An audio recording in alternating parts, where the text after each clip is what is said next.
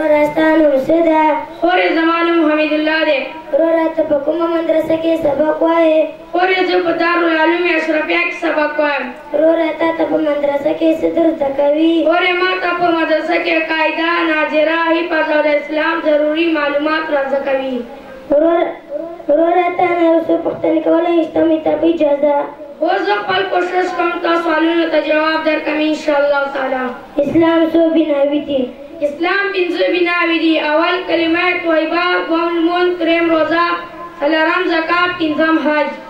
آسماني څو کتابونه دي آسماني څلور کتابونه دي اول تورات زبور انجیل قرآن کریم او په چا نازل شوي دي تورات په حضرت موسی علیه السلام باندې نازل شوی دی او زبور په حضرت عیسی علیه السلام باندې نازل شوی دی او انجیل په حضرت داود علیه السلام باندې نازل شوی دی او قرآن په حضرت محمد صلی الله علیه وسلم باندې نازل شوی دی نبی او پیغمبر چاته ویل شي نبی او پیغمبر د الله تعالی بندگان دي نو الله تعالی د انسانانو د هدایت لپاره دې دنیا ته رالیږلي دي اول پیغمبر او اخر پیغمبر څوک اولنی پیغمبر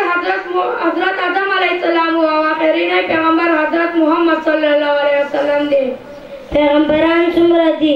پیغمبران یو لکه څلورویشت زره کم او زیات دي اتلسم حدیث وایي حدیث نمبر اتلس الغنى غنى النفس ترجمه حقیقي مالداري د زړه مالداري ده نابالغ جلکۍ سمړه په جنازه کې به کومه دعا وایي اللهم اجعلها لنا فرطا واجعلها لنا اجرا وظهرا واجعلها لنا شافعة ومشفعة مقام دعا وایي مقام دعا اللهم بك أمسينا وبك أصبحنا وبك نحيا وبك نموت وإليك النشور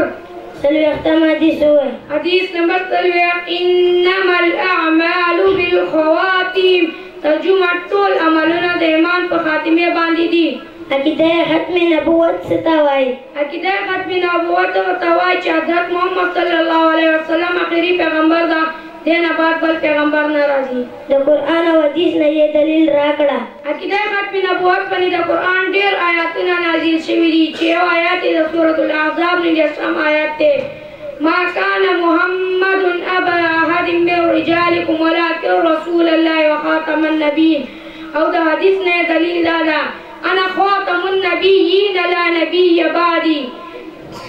تا مانا دومره سوالونه کړي ستا په اجازه تانه اوسو سوالونه کولی شم اوس زه خپل کوشش کوم تا سوالو ته جواب درکړم انشاءالله حدیث نمبر 5 حدیث نمبر 5 لا يدخل الجنة قاطع ترجمه رشتہ کټ کوونکی والا به جنت ته نه ځي حدیث نمبر 8 حدیث نمبر 8 المسلم من سلم المسلمون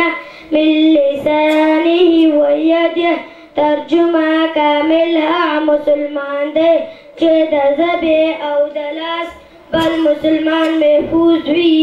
حدیث نمبر 8 حدیث نمبر 8 انا خاتم النبیین لا نبی بعدی ترجمه ز اخرنی پیغمبر ما نه بل پیغمبر ناراضی حدیث نمبر 15 حدیث نمبر 15 الدنیا سجن المؤمن وجنة القافر ترجمه دا دنیا د مسلمان لخباره بندخانه ده او د کافر لخباره جنت دی لمر تر اخیری دعا وه لمر تر اخیری دا دعا بوایې الحمدلله الذي احیانا بعد ما اماتنا والیه النشور الله تعالی دې موږ ته د خبرو عمل کولو توفیق راکړي. السلام علیکم ورحمۃ اللہ وبرکاتہ.